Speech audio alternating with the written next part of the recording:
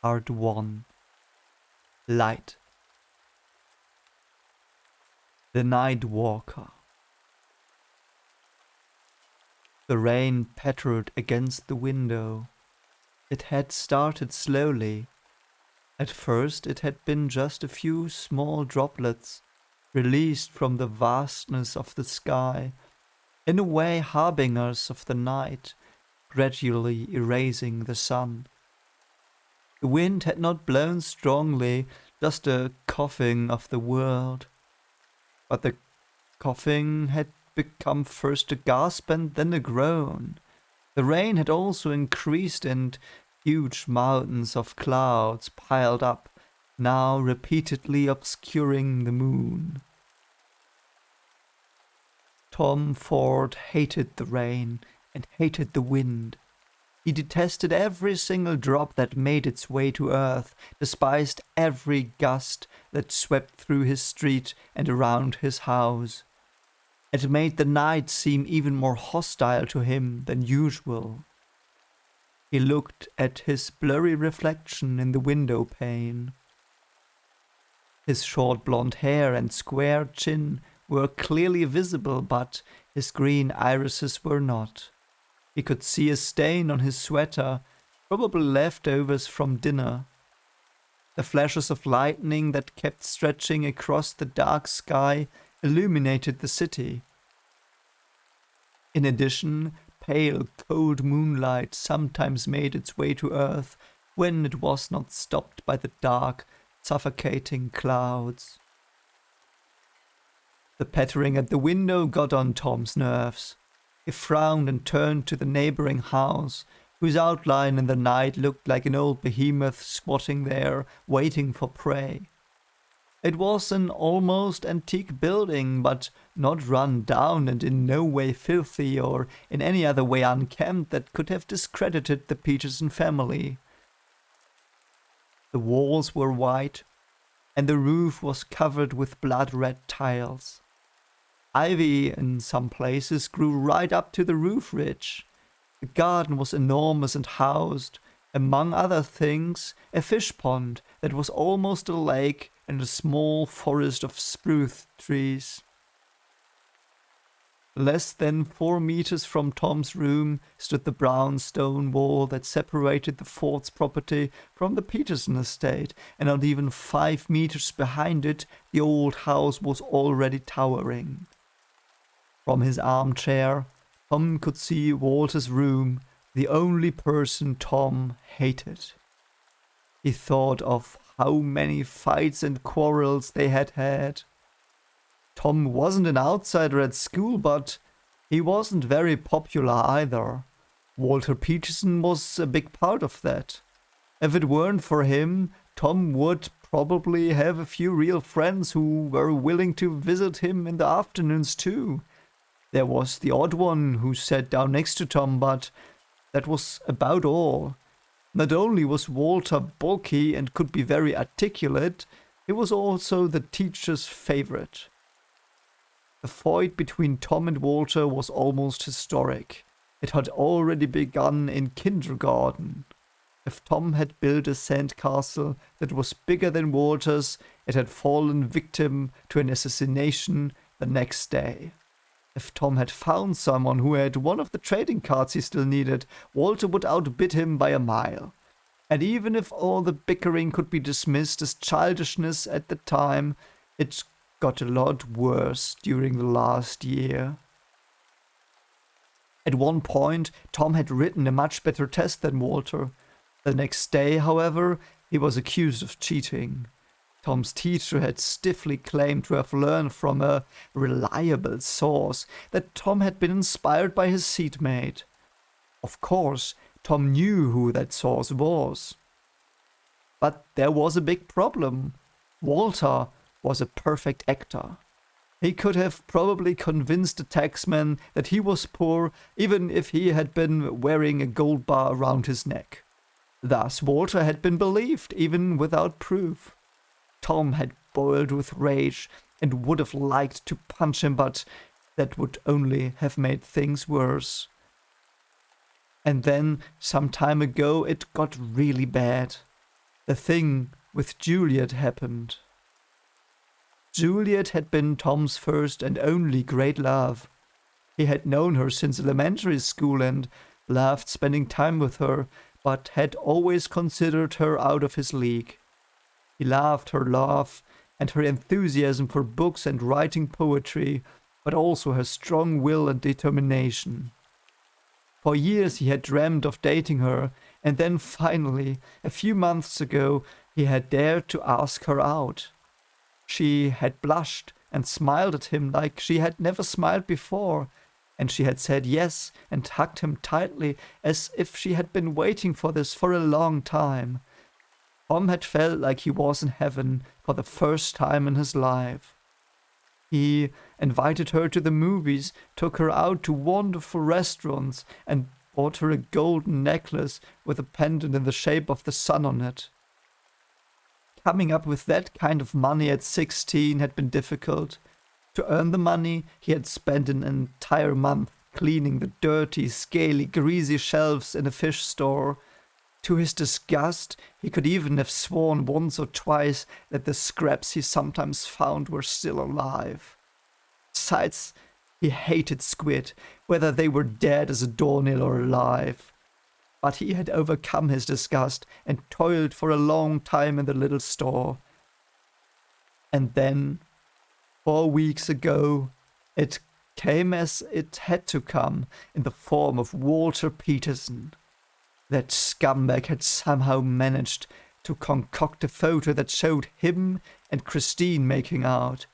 Christine was the only girl Juliet couldn't stand, ever since she'd snatched her internship at the Kingston paper away from her. Back then, Tom had listened to Juliet's tirades for hours, placating her. But then, when the photo surfaced on the internet, Juliet's slap still hurt him.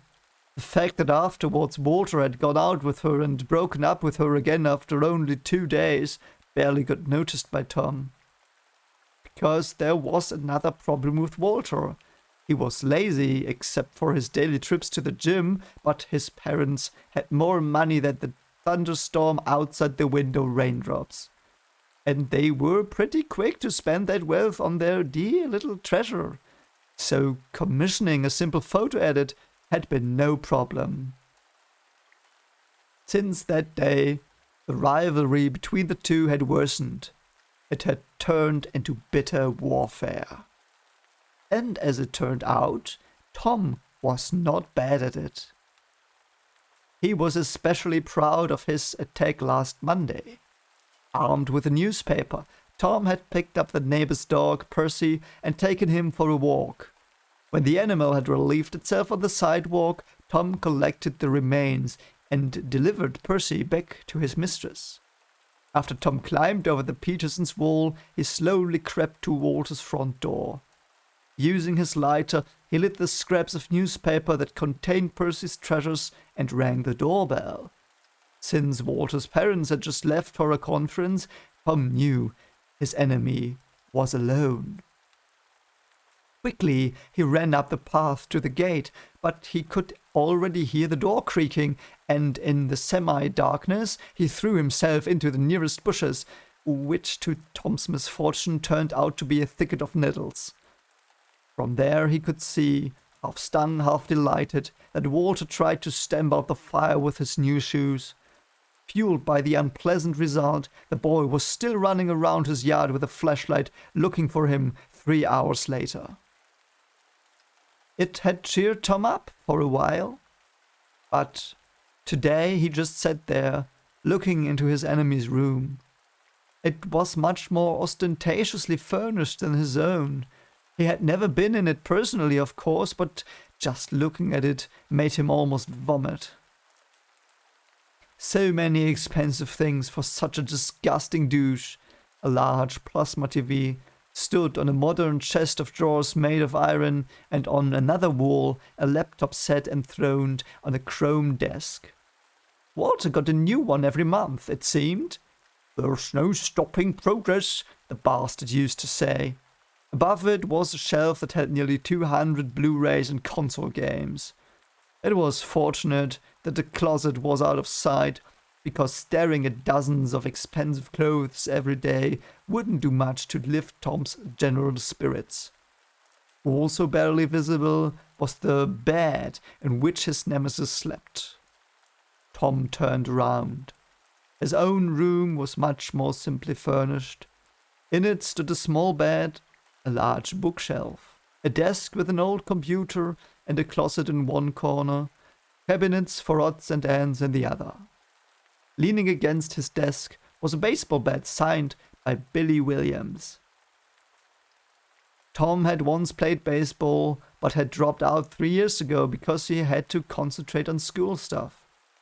He didn't have his own TV, but he did have a large reading chair, where he now sat watching the house across the street. Normally he should be reasonably cheerful, because it was Friday, and also the beginning of the vacations.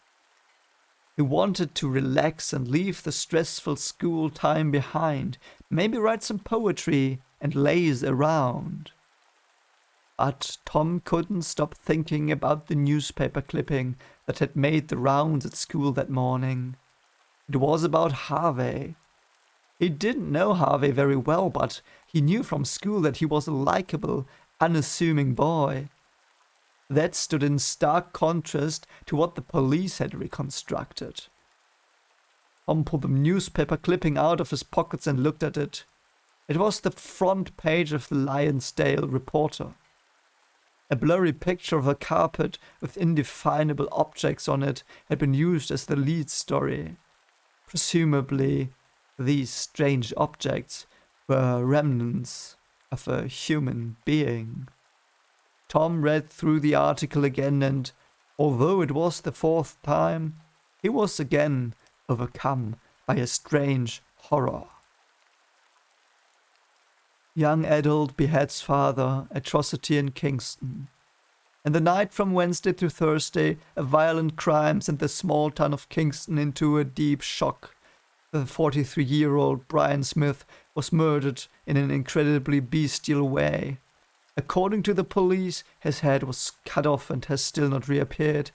Mysteriously, there is no trace of Brian's 14-year-old son Harvey. Therefore, the authorities assume that the boy went on a rampage.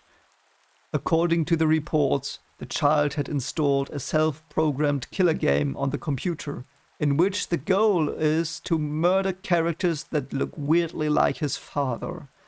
It was known that the relationship between father and son was not the best, and since one of the kitchen knives has disappeared, it is assumed that the crime was committed with it. However, it is unexplained how the boy mustered so much strength to decapitate a grown man with a normal household knife.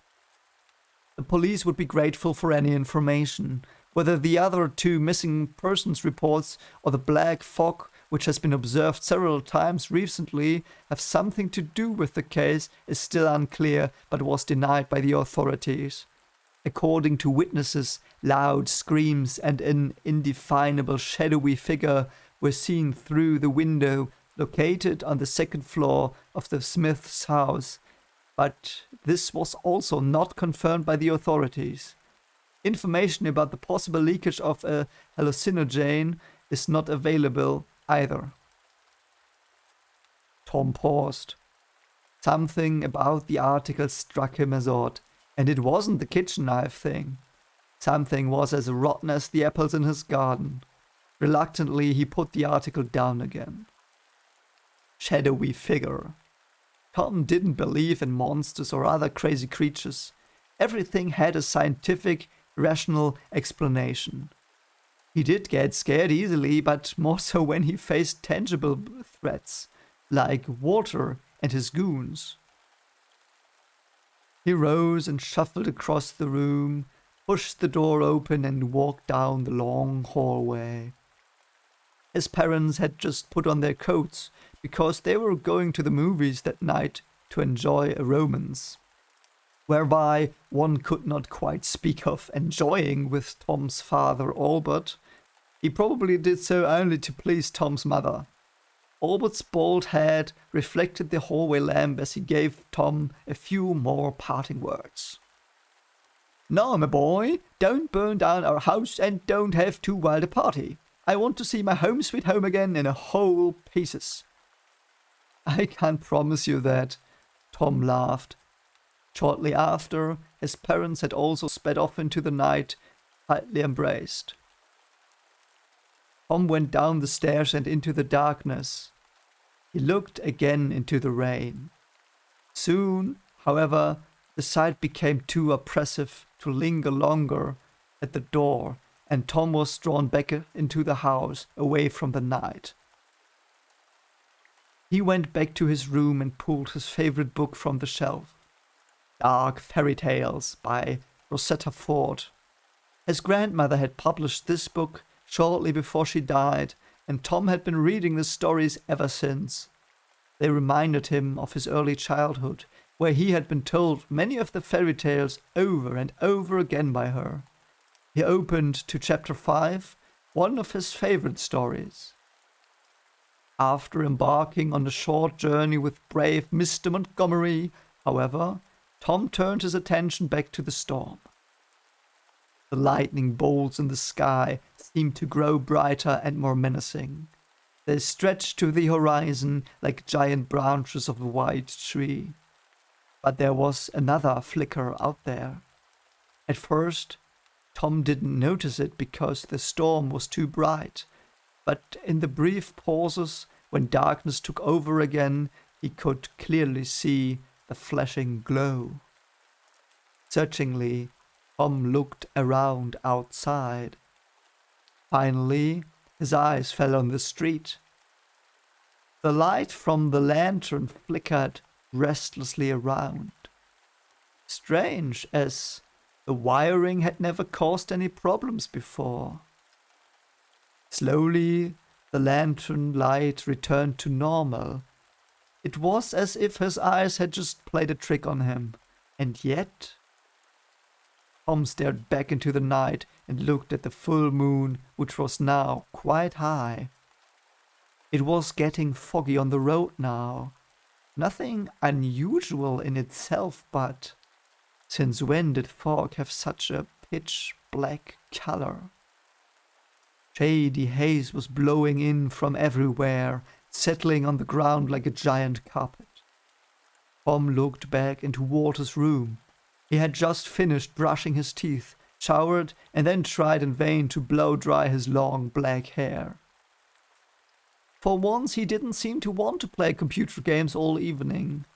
Walter walked straight to his bed, turned abruptly to Tom, gave him the finger, and turned off the light.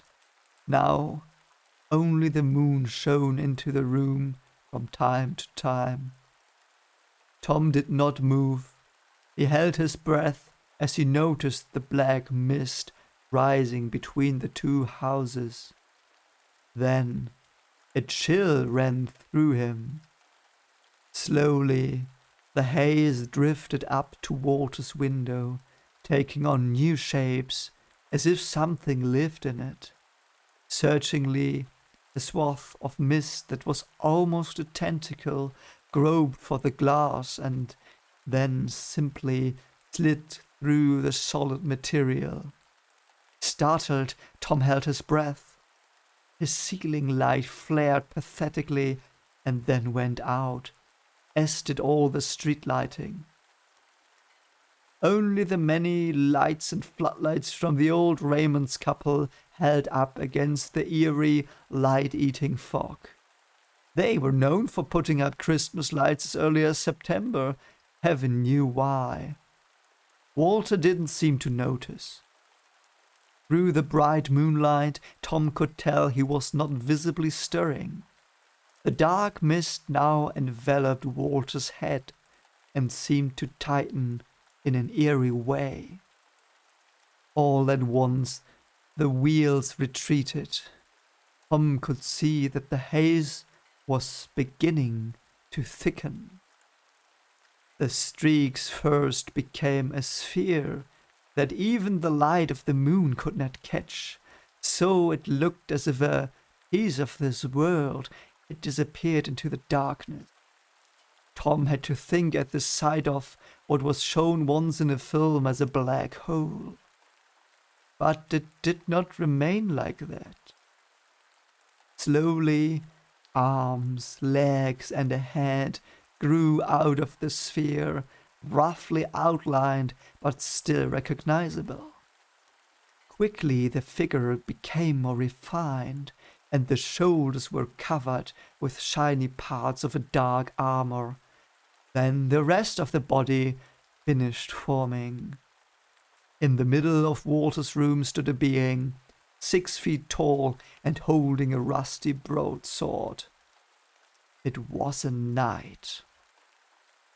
The giant strode rumbling toward the bed. Now Walter had also noticed the monster. Screaming, he jumped up and just escaped the blow, which split his sleeping place in two and raised a cloud of down. Walter ran to the door and pounded on it in panic. Tom saw that the knight was slowly turning around. Despite his human outline, the fighter seemed animalistic. Although the past had fueled an incredible hatred between the two boys, Tom did not want his nemesis to meet his end in this way, and he prayed that the boy would quickly escape into the hallway. But the door was locked, and Walter was just able to jump to safety before the next blow came down. The creature emitted such a deafening laugh that it penetrated through both window panes and reached Tom. Then it struck again. Its victim dodged another time so that the sword made a pile of scrap out of the expensive laptop. Was it just laying around? Suddenly, Walter was standing in front of the window, knocking desperately against it and screaming at the top of his lungs. The sight of him pressing himself against the cold glass burned into Tom's memory forever. For a moment, time seemed to freeze. Then, the sword penetrated Walter's chest and blood poured from the wound. Now, Tom also let out a scream, and the creature looked up and stared him right in the eye. Although it was pitch dark in Tom's room, the boy felt the piercing, joyful look of the monster. He groped for his reading chair and hid behind the backrest like a small child. Then a feeling gripped him that was more crushing than anything he had ever felt. His guts started cramping, and Tom nearly threw up. He looked above. Dark clouds of smoke had appeared at the head of his chair, just as they had in Walter's room a few moments before. Already the fog was beginning to contract into another black ball. Tom got ready to face a raging knight with a sword, but the ball became smaller, sank down to the floor, and for a short moment Tom thought that he was safe. Suddenly, however, he became insanely frightened. The sphere slowly became clearer, and then thin arms with long fingers, equally ugly legs, and a head with leathery ears and pulsating red eyes grew out of the darkness and solidified. In the end, an ugly creature stood on Tom's carpet and looked at him with a piercing stare. He stared back.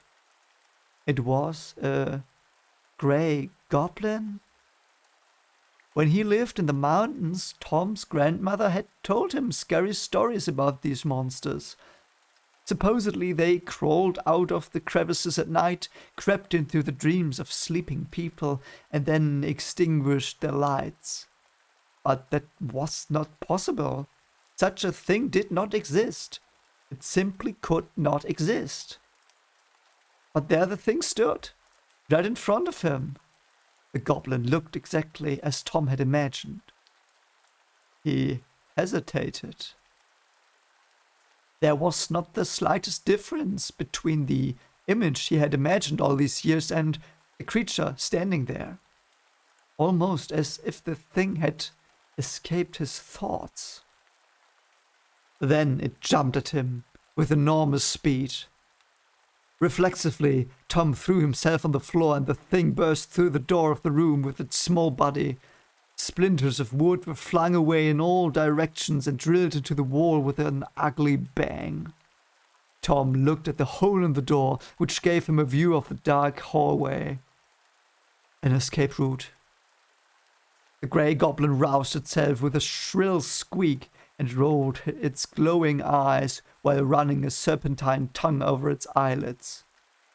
Hectically, Tom looked around his room and found what he was looking for. As the monster turned and prepared to pounce again, he grabbed the baseball bat. As the goblin flew at him again, Tom lashed out and punched it in the face with all his might, sending the creature flying past him and into his bookshelf. Tom knew from his grandmother's stories that the face was the most vulnerable part of the creature. At the same time, it seemed ridiculous to him to go by what an old scary tale said. The goblin seemed to agree, because it got up again as if nothing had happened and was about to rush at him again. Tom ran into the hallway and toward the stairs, clutching the bat. He heard the creature screech and increased his pace, jumped aside and saw the imp whiz past him and crash into a dresser. Quickly, Tom sprinted down the stairs, taking 3 steps at once, and finally pushed open the front door. The creature narrowly missed him again, this time only because he saved himself by jumping through the front door into the garden. Tom thanked his father, who hadn't weeded the front lawn in years. There was a slimy, squishy sound, and Tom hoped it was just the wet, waterlogged plants he had just swished. Quickly scrambled to his feet and instinctively rushed toward the Raymond's garden. There was no black fog around his neighbor's house itself, but everything around the garden was awash in the dark smoke, which now looked like a black ocean. It seemed that the fog did not like the brightness of the floodlights and all the Christmas decoration. Why else would the streetlights have gone out as well? Tom ran into the only light that had not yet been extinguished by the fog and looked around for the grey goblin. The monster grew out of the dark swaths and then ran toward him. Suddenly it stopped in front of the floodlights and bared its teeth wildly. "So, you're scared of a little light? Do I have to go out into the dark so you can slash me?" cried Tom, who felt invigorated by the brightness. "Come if you dare," hissed the creature in a watery voice. Strange, Tom thought. Normally these things can't talk. "We can do a lot more than talk," the grey goblin replied. "For example, read minds." Tom was startled. This couldn't be real. This wasn't real. He replied, "You're not a grey goblin, are you?" "Of course not." "Then what are you?" "You don't want to know. I know you're a coward. I can read that in your little head, too," laughed the goblin. "You won't be able to do anything to me. You can just stand there and wait. I can smell your fear. So sweet, so juicy." Tom was shaking all over, his hand clenched around the handle of the bat. "What do you want from me? What did Walter and I ever do to you? What is this?" he asked in a brittle, desperate voice. "You haven't done anything to me, that's true. It's just my nature to kill people. There's nothing you can do about it." "But there are no grey goblins. I'm not afraid of things that don't exist," Tom tried to reassure himself. "I do exist. You are looking at me right now. That should be enough for you. Sooner or later I'm going to get you. Then I'll tear you apart and eat the remains. Your lifeline will taste so wonderful. I can almost feel it on my tongue. Either way, you're doomed." I can stand here all night," Tom stammered. "Really?" The Raymond's floodlights lit up dangerously. He's trying to put out the lights, it flashed through Tom's mind. Exactly, the monster grinned. Then Tom made a decision. It was not a thought that the creature could grasp, but only an indescribable feeling. Suddenly Tom's temples began to burn, and for a brief moment, greenish, greyish lights lit up before his eyes. Then the pain was gone again. Without thinking any further, Tom charged in the goblin's direction with his baseball bat in hands. As soon as he stepped out of the light, his opponent was already flying at him, greedy. If you can read minds, Tom mused, I am sure you'll hear this. I used to be a pretty good baseball player. And then he cried out, Have fun in hell if there is such a thing, you piece of dung. Slammed the monster with all his might toward the nearest floodlight. By the time the goblin realized the boy's plan, it was too late. The bat shattered on impact. The creature crashed full force into the blinding light source. It shrieked as its body dissolved into the smoke that had created it. The lanterns flared up again. Tom could see that the light in his room was also back on. The fog was dissipating. Tom looked down at his arm and only now noticed the wound the goblin had inflicted on him during its last jump. Realizing that his entire arm was torn open, he collapsed on the Raymond's manicured garden. Slowly, the world around him began to blur and eventually dissolved completely until there was nothing left. Tom's limbs went numb, and all became meaningless. His parents, the fog, the light, everything was unimportant. He didn't know what was going to happen, and yet Tom wasn't afraid. He had always thought he would be afraid when he faced death, but there was no fear. Not anymore.